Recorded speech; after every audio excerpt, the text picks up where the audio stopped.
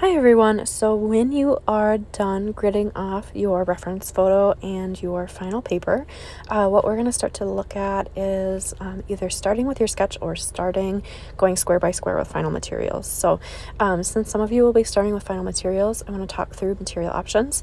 The first option is going to be looking at graphite.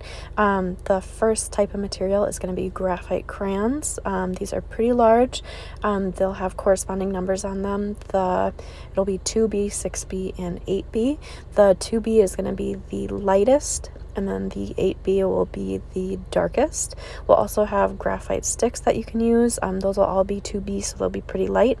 And then we have sets of pencils. For right now, I wouldn't worry about these too much, but as you move into detail, they can be really helpful. One thing to keep in mind is with the pencils, you're essentially looking at a scale where the higher the H number, they're going to be lightest, and then that number will get smaller and smaller and smaller until you get to like 2H and 1H. Then it'll switch over to B pencils, which will be darker, and then the smaller the number B, the lighter it'll be, and then as that extends up into like your 8s and 9s, it'll get very dark. And then that'll be all your options for graphite. You can either use those by themselves or you can include charcoal in as well. If you are including charcoal, you're usually going to include the charcoal after you do the graphite. But to go over charcoal materials that'll be available, there's going to be 3 main types of charcoal. One is going to be your black charcoal, your vine, and then your pencil. Typically, I recommend starting out with your vine charcoal. This is going to give you your light to mid-tone ranges. It's usually very soft since it's not compressed, and it's going to allow you to get really nice, soft, smooth blending. The black charcoal, I usually recommend going in after the vine. This is going to allow you to get those last few really dark values. And then same thing with pencil, that's going to give you really dark values, but it's also going to be a good option for your details. And then as you start to pull out charcoal, you're going to notice that there's also white pencils and chalk and charcoal over there. For right now, ignore the white charcoal. We'll look at these towards the end of the project as we start to finalize and get things polished.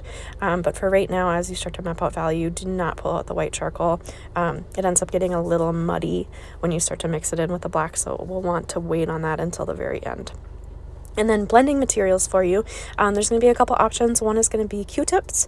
We have tons of these, so if we run out, just let me know and I can grab more. There'll also be a set of blending stumps. Most of these are used before, so they have a nice layer of material on them already. And then you can also grab Kleenex for blending as well. And then kneaded erasers will be over by the graphite and charcoal, which are really nice for both these materials since it is kind of a shapeable eraser that's really made for picking up those softer materials like graphite, charcoal, pastel. So that'll be it for supplies. Like I mentioned, you can work with either just graphite, just charcoal, or combining both. If you're combining both, typically you will start with your graphite first and then go on with charcoal. It can be a nice option where you can still get those really nice deep values without having some of that initial mess that comes with charcoal. And then for starting with your final paper, there's 2 approaches. One is to go through to kind of sketch and outline everything that you're seeing square by square. This is usually the preferred option in the sense that it allows you to kind of finalize all your outlining before you start going in with your final materials.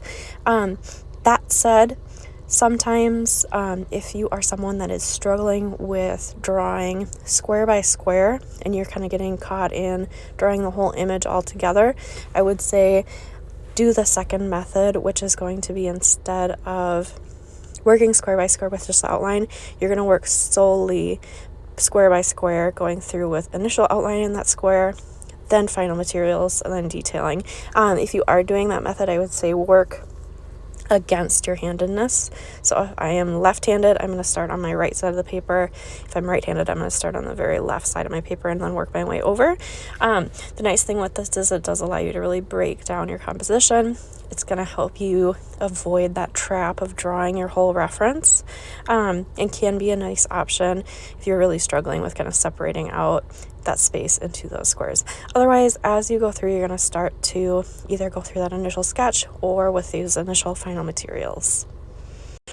Either technique though, I would say just take your time, make sure that you are just kind of double checking your key information against your grid as you start to go through with final materials, either as you start or as you continue. You'll start to erase out some of those grid lines as you start to fill in those squares and you no longer need them. That said, don't take all of them out at once, just take out the unnecessary lines when you finish that one initial square.